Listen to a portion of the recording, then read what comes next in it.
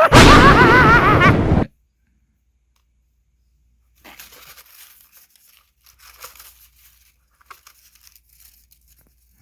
what's that?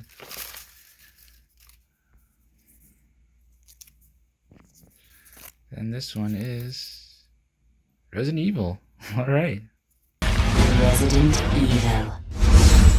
You're all going to die down here. Resident Evil released in 2002 and is directed by Paul W.S. Anderson.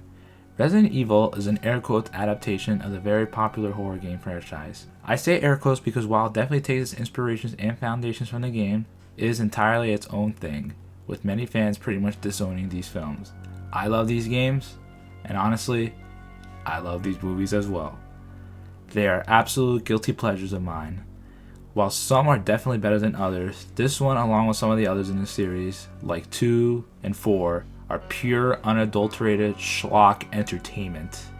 The first one is the one that tries the most to feel like the games, which isn't saying much because it does try to be the most grounded compared to its convoluted sequels. No character from the games appear in this. The only thing from the games that are in this movie to make sure you know that it's a Resident Evil adaptation is Umbrella Corporation, the T-Virus, zombies, and the Lickers. But despite it being a loose adaptation of a beloved game franchise, this movie is just a ton of fun for me.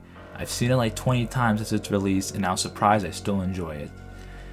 It's a straightforward sci-fi action zombie flick. Since this is from the early 2000s, it of course has its obvious Matrix inspirations in visual design and music.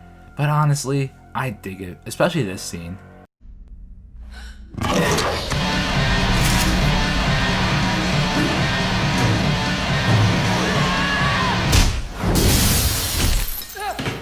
Ah, fuck yeah.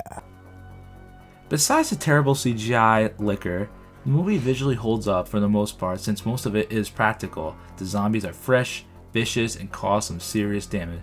The makeup surprisingly holds up as well, with how they are effectively able to make someone look like absolute death.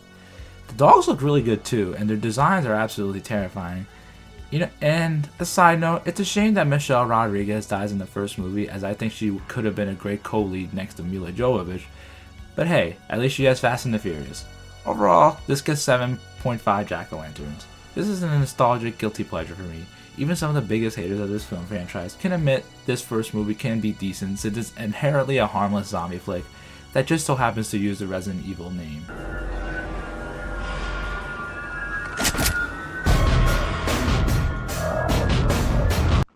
You never see it coming.